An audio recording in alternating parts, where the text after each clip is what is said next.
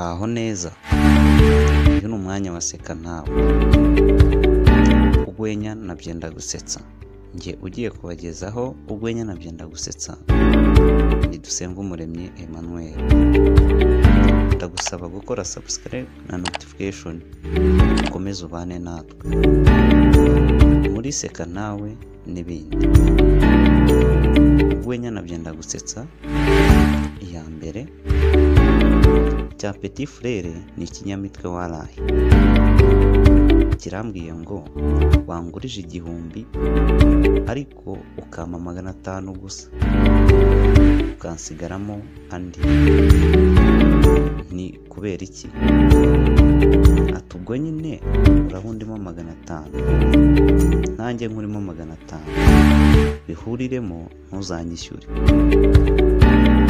Kabiri, umwana yagishije inama se ati papa, ko nshaka guha umukobwa dukundana kado cyangwa se impano, wangiriye inama y'icyo namuha? Papa ati ameze ate kwanza? Umwana ati ni mwiza, ateye neza, aseka neza, afite amaguru meza n'ikibuno nk'icya mama, mbega ni sexy cyane. Papa we ahita amubwira, muhe nomero yanjye ya telefone sha, niba wifuza ko dukomeza tubwire muri comment, unakore subscribe na notification.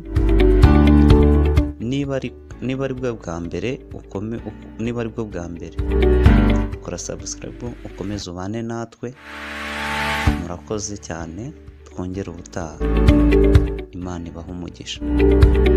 Murakoze cyane.